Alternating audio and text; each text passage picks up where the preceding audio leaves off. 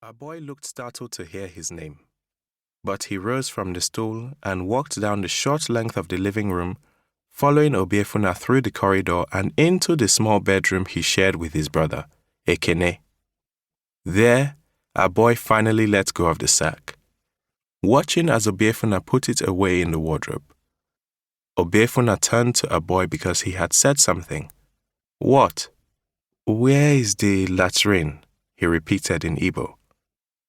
"Latrine?" He nodded and, taking note of Obiefuna's confusion, made a slight squatting posture. It took Obiefuna a moment to understand.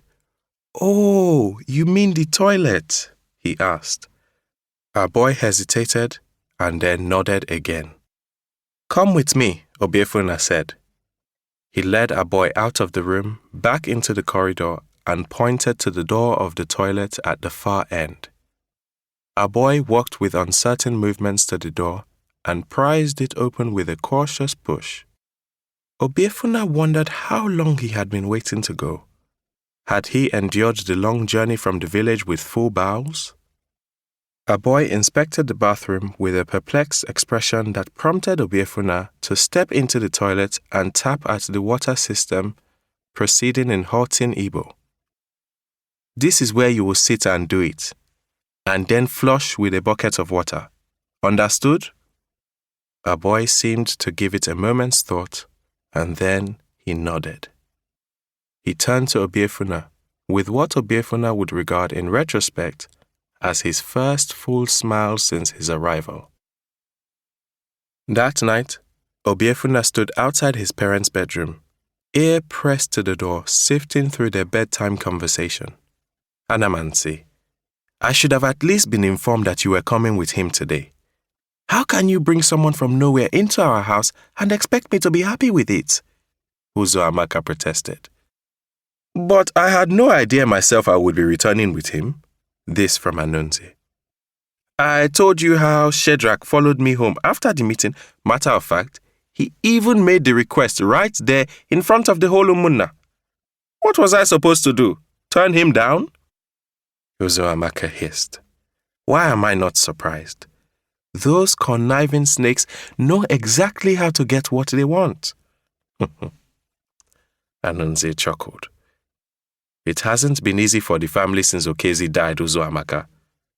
"It hasn't been any better for this family," she snapped back. Ngozie exaggerated a tired yawn.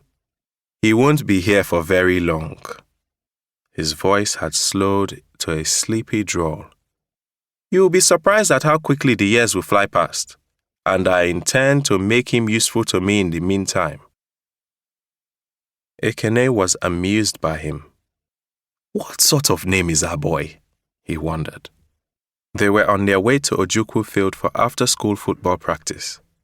It was a hot day. The heat of the coal tar penetrated Obiefuna's thin soles and scalded his feet. But it had no effect on Ekene in his thick-soled football boots, his eager air. "There's nothing wrong with his name," Obiefuna said. He felt disappointed. It was hard to read Ekene nowadays. He could not tell if, in addition to amusement, Ekene felt any warmth for a boy. He wanted Ekene to like a boy.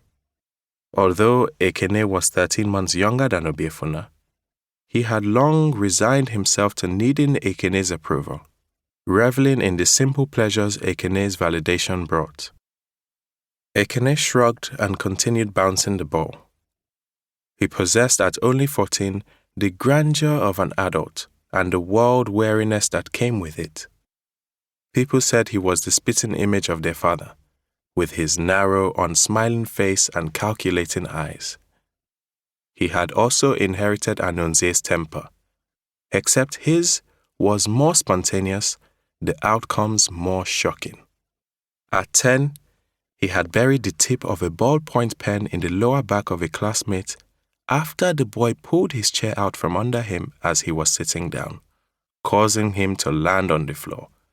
Had called his Form 4 class teacher a prostitute for publicly berating him after he failed the test, receiving their father strokes afterwards with impossible endurance.